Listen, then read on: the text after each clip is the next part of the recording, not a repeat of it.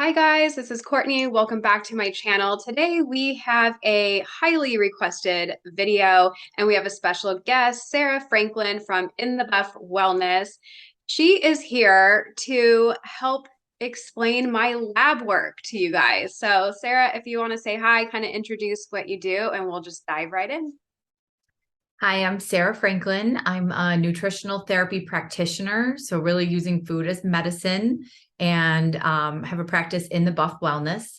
So I don't diagnose or treat anything, and this is not medical advice, but we're going to go into a little bit about labs and blood work and some general information that hopefully can give you the confidence you need to understand what's happening. Awesome. I'm excited. Yeah, because this is like one of the comments I get the most, like, oh my gosh, your cholesterol must be through the roof. And I don't think it is. It might sound high to some people. But before we dive into mine, I just want to say real quick, I was listening to Paul Saladino's most recent podcast, and he had Dr. Ken Berry on. So Saladino, of course, is animal based, has a ton of fruit and sugar and carbs with that. But Ken Berry is more, I don't even know if he's total strict carnivore or if he has a little bit of veggies or something. I know he's mostly carnivore most of the time from what he says, but yeah, if he has a bite of something here and there, it's minimal, I believe. But Yeah. Okay. So he said his total cholesterol was 350 and my jaw dropped. Like to me, that actually sounded high. And then Saladino said that his, when he first introduced honey, was 500. And I was like, holy shit. Okay, so mine may not seem as bad because they were fine with theirs. They're like, yeah, mine, or at least I didn't finish listening to it, but Ken Berry was like, yeah, my total was 350, but the triglycerides were awesome and the HDL was awesome. So he's like, I was not concerned. I'm like, okay, I felt like I could like breathe a little bit. yeah. So yeah, if you want to talk a little bit more about that and our misconceptions we have with cholesterol as well. Yeah. So first, I mean, you've said you've been carnivore about 6 months and you're down what, 30 pounds? Yeah, and I still have 30 to Me. go. So I still have time. I feel like that things would probably adjust as well. Absolutely. I mean, first of all, losing 30 pounds is amazing. Obesity is one of the biggest risk factors of cardiac problems. And that's the reason people are looking at cholesterol or what they think they should be looking at because they're worried about cardiac concerns, right? So that's wonderful. And carnivore is amazing. It's not magic and it's not instant, right? So um, you're eating nutrient dense, animal based foods, and they're all super nutritious and good for you. So that's the first piece. But second, cholesterol by itself can mean a lot. And there's different pieces to that. So I like to kind of say that, it's necessary, right? It's the building blocks of your hormones. It's just necessary for every cell. So there's a lot of reasons we need cholesterol. If you had none, you would not be alive. Your body makes it if you don't ingest it. So it's not something to be scared of. Where things get messy and where people start to worry is these LDL numbers or total cholesterol. And we're going to kind of break those down a little bit because that's kind of where, everybody gets really, really scared. And rightly so. There's health concerns and nobody wants to, end up with a heart attack. And I think that one of the things that I've learned is many people that do go in with a heart attack have a normal LDL and normal cholesterol. So something else is wrong. And if you think about cholesterol, really, I think the biggest takeaway is size matters. So how big is it and how small is it? Because the large, big, light, and fluffy particles of cholesterol are pretty much just bringing triglycerides around your body. So the job of cholesterol is to transport energy, mostly triglycerides and cholesterol, throughout every cell in the body. And that's what it's doing. And it gets smaller as it gets there. Well, if it is good and light and fluffy, that's great. If it gets small, hard, and dense, that is bad. And the thing that makes it go bad the most is glucose and sugar. So if these get glycated, which is sticky, Think of something like just getting crusty crystally in your blood, that is making the LDL go bad. And then it can get oxidized as well and going bad. So if these LDL get small, sticky, dense, that is where there's a problem. And that's where it can cause issues and cardiovascular problems. So there's better markers when you're looking at lab work, and we can talk a little bit about those. But does that make sense? What questions do you have? Any Yes, questions? no, that's great. And my husband also has this analogy for the particle size. Like if you take a car and open up the sunroof and you dump a bunch of sand in there, like that's going to be really hard to clean out. But if you dump a bunch of like ball pit balls in there, like that's going to be easy to get out and move. And that's what you want, right? Like the bigger the particle size, the better. Yeah. So you Unfortunately, can get that. oh, go ahead. Oh, I was just going to say exactly. Like think of a beach ball versus a golf ball, right? A beach ball is buoyant and bouncing around and everything, and a golf ball is going to, sink and not float, right? So all of these things are great analogies. And yeah, the LDL particle size is a great measure, because that can really show, do you have a lot of them? Are they small, dense, and also VLDL? So there's a couple markers that are better indicators of there being a problem than just cholesterol. Okay. And then I know you saw my labs. I did ask for particle size. I didn't do anything in writing. I don't think it's on there, right? No, it Okay. wasn't. It Yeah, wasn't. so that's a bummer. I kind of like rattled off these things and he's like, "Oh yeah, yeah, yeah. Okay." So next time when I go and do it, I'm going to specifically work with someone that specializes like in carnivore so I can get like all Yeah. the specific things I need for And sure. sometimes you can order, depending on your lab you go to, you can go online and pay for what you want and just order it yourself, or find a functional medicine doctor, or like you said, somebody that you're like, hey, I want to know this. And I think there's more of a conversation around particle size and triglycerides, right? Because triglycerides are a big marker of energy, and those being too high are another thing. Like when people look at these numbers in isolation, it doesn't mean a whole lot. If you have a huge obese person, you have to look at a person overall and all of these markers. I'm wondering, I mean, have you had a heart attack ever? No. So that's another thing. Like, what is your health before? If you've had events, like that's something else to worry about. So there's a primary prevention is what they call, just looking at the numbers. And then, but if you've actually had an event, like that's where things are different. You're going to want to make sure you're watching these things, of course. But yeah, it's there's a lot of different things that you can look at for sure. Yeah, definitely. And I'm excited because I mentioned this to you. We're going to be having Dr. Ovadia on the podcast soon, and he is a heart surgeon. I actually have his book right here. And he Awesome. says the majority of the people on his operating table have low cholesterol. So, like, that's kind of wild. And it's the opposite, I feel like, of what most people think and know about this. So, Yeah, there's studies out there that LDL actually, the higher your LDL, the longer you live, which is the opposite of what you've probably been told. So it really depends on the quality, not the number. It's what does it look like? Is it, sometimes they'll call it pattern A versus pattern B, but A being good, like A marks, and you have, the big, light and fluffy, and B being the bad, and you have, the small, dense and sticky and getting under the cell, the endothelium in the arteries, and then causing problems. And that's when people are going to have, issues. And it's not going to happen overnight, right? If you ate like, versus people think like, oh, I ate this and it's going to just happen overnight. So there's a lot of years to maybe, do and undo some of the damage we've done as well. yeah, fascinating. Well, I don't know if you have anything more you want to talk about before we actually say what my numbers are and go into that. Up to you. Yeah. That sounds good to me. I have a couple other things that we can chat about, but even like better markers, to go Okay. by. So however if you want to roll it out. Yeah. Okay.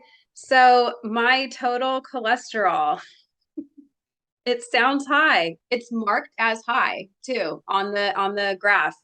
My total cholesterol was 249. My let's see, the LDL also marked high at 179. My triglycerides are 86.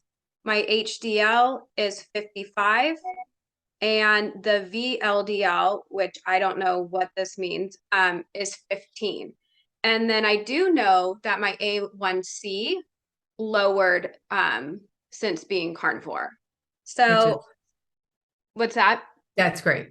That's great. Yeah, so that's exciting.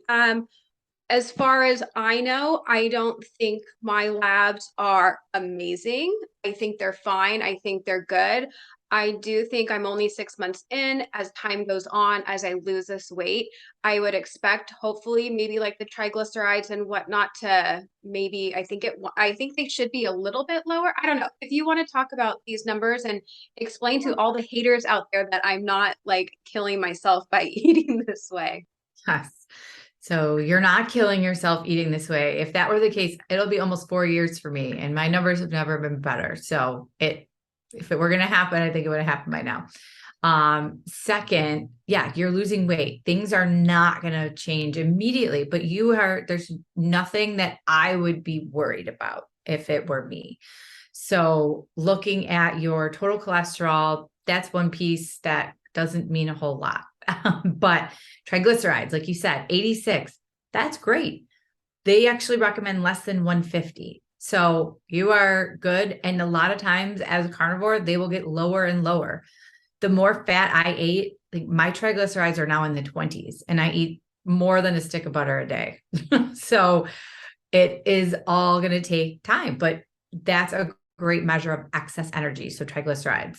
You mentioned your HDL was 55, and that's great. Another marker that you want, the higher the better. You recommend around, above 40 to 50, and that'll, improve as well. The other thing about some of these lab ranges, there's what people consider normal and then optimal. So if you go to a functional medicine doctor, they're going to want a different range than some of these actual lab values. And sometimes the way that they lab to lab will even have different of what's normal because it's their patient population. So if their patient population is very sick, normal is going to look different. And normal standard American diet is not carnivore or ketogenic. So a lot of things to kind of weigh in on that. You mentioned a couple of those things together. What's a really good marker is triglycerides to HDL ratio. So you want to divide the triglycerides by, and I did the math in advance because I can't do math off the top of my head. You really want it under 1.5, which is great. Above 2, even above 2 is around, where you want to maybe be concerned. And you're at 1.5. So that's great. Okay, good. Because I have heard that like, oh, the ratio matters too. And I actually never even thought like, oh, let me go look what ratio they're even talking about. So sorry, if you could say it again, the triglycerides and the HDL. Triglycerides to HDL. So you're going to divide the triglycerides by the HDL. Another great one is the total cholesterol divided by HDL as a ratio. And yours is 4.5, and you want that. So under 5. So it's good. Like you're looking like HDL, we still want to improve. Yeah. Like there is nothing wrong. And the fact that you're progressing, like that's huge. And you mentioned your A1C. So other things that are a really big indicator are blood sugar. And we mentioned glucose and things. So it is known that diabetics have more cardiac events. Every diabetic drug now actually has to go through a trial to see, does it reduce cardiac events? Because they have, I don't want to say bigger heart attacks, but they kind of do. I mean, they have worse outcomes. So we know that that's a fact. Looking at A1C and blood sugar is huge. So your A1Cs went down, which is great. And it's normal. It'll probably go down even more as you continue with carnivore. You can look at blood sugar fasting, and that was on there for you. It was in the 90s, which is normal. And as you keep going, it'll probably get even lower. I mean, some carnivores, that's about normal is 90. Others, I'm usually in the 70s, but I'm not you and you're not me. So there's a range, right? So, And is that because I just got that Keto Mojo? Is that range like 80 to 100 is decent for the glucose? I mean, you want to, there's ranges, optimal is 70s to 85, 90 would be the best. I mean, there's going to be days if you had a ton of a huge meal, it's going to be higher, and some people run a little higher. So if you're sleeping well, like that's why there's more to the picture too. Like, are you sleeping well? Do you get hangry? Are you, trembling between meals? Can you skip a meal? So all of these things are going to be other indicators, because if you do have high blood sugars and you feel like crap, then yeah, it's a problem. But if that's getting really picky, right? Like you're doing great overall. So looking at those, yeah, it would be, especially in 6 months, like this is amazing. This is a transformation, like 30 pounds in 6 months. That's taking so much stress off your body. It's helping you, achieve an optimal health. And you said you still have some to go, and it's not a race.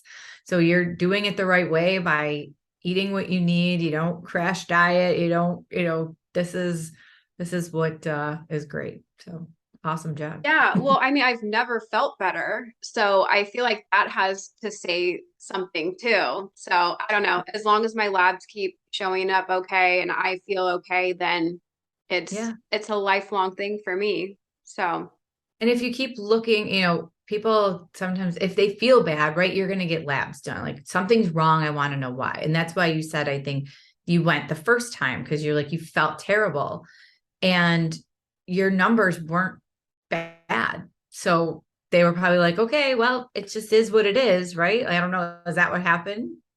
yeah, he was like, oh, yeah, like he just said everything's normal. And when I looked at it, I'm like, oh, well, some of them do say hi because it's still like it didn't change too much. But that's it. He didn't say anything. And I Yeah. felt like shit. And I actually got those labs done before carnivore was even on my radar. And I'm like, something has to be wrong with me. Like, I feel so awful. I wake up in the morning, I feel lethargic. Like, that was mainly it. I was like so fatigued all the time.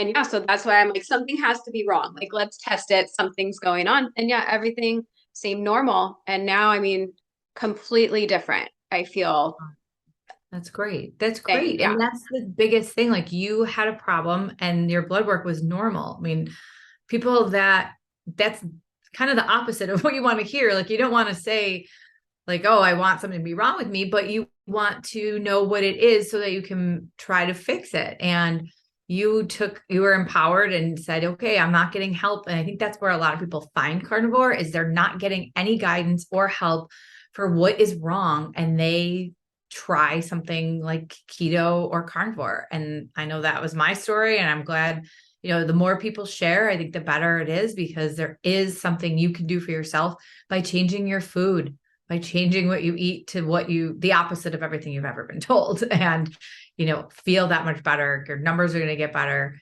And if you feel great, you don't have to keep tracking them unless you want to. But some people like to look at that, but once you kind of reach where you think you want to be, yeah, check again. Sometimes while you're losing weight, things are going to be different. And there's even some stuff out there. Dave Feldman has a lot of great information about cholesterol codes and how he can even mess with the tests. Like it's really only like the 3 days before a test. If you want to say, please your doctor, he ate like, I'm going to mess it up, but he ate like 10 times the amount of fat he would ever eat to make his cholesterol numbers be normal. So it was like the opposite. If you're fasting longer, your cholesterol will actually be higher. So he has some really neat stuff out there of how you can mess with it if you wanted to, and how it's the opposite of what we've been told. Oh, yeah, that's funny. Yeah, everything is the opposite of what we've been told, I feel like. Yeah. Crazy. Well, thank you so much. Is there anything you feel like people need to know more about this, or did we cover it all? I think we covered most of it. Just, LDL and cholesterol by itself aren't the big scary monster. It's the big picture. How metabolically healthy are you? Do you have diabetes? What's your blood sugar? What's these ratios? What's your triglycerides? So it's not one thing. It's look at the big picture and yeah, if you're feeling great and you're losing weight and it's an improvement, then that's a big enough reason to stay eating this way for me. Yeah, awesome. Okay, let everyone know like where they can find you. And now that you're like taking clients, if you want to explain like what your offers are and how people can work with you, that would be great. Yeah, thank you. I'm on Instagram mostly at In the Buff Wellness. And I also now have my website up, which is just www.inthebuff, like BUFF, wellness.com.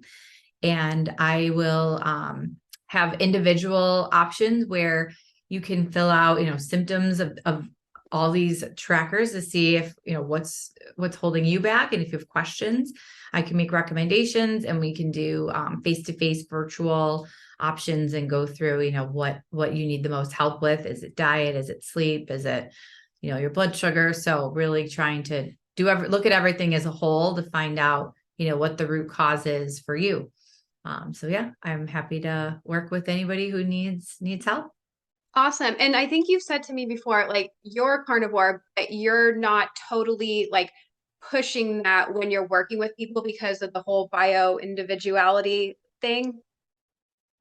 I believe carnivore is the optimal diet. Can everybody do it? That's going to be up to them. I do think the most benefit is at carnivore. The next best is ketogenic. So I'm going to meet somebody where they're at. Depending whatever they're doing, we're gonna work with what they're eating now. Because if you're drinking 10 cans of pop a day or soda, if you call it that, that's a big step, just cutting that out, right? So it can be baby steps. And yeah, I'm happy to work with anybody, no matter what diet you're on.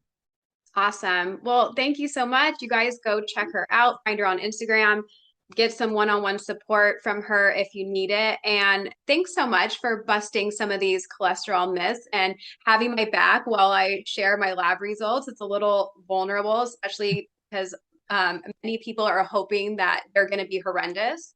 So thank you for explaining that they're not. And I'm fine and I'm healthy. And the majority of us are thriving on a carnivore diet. And yeah, it's just been awesome. So thank you so much. Yeah, you're very welcome. Thanks for having me. Bye. Bye.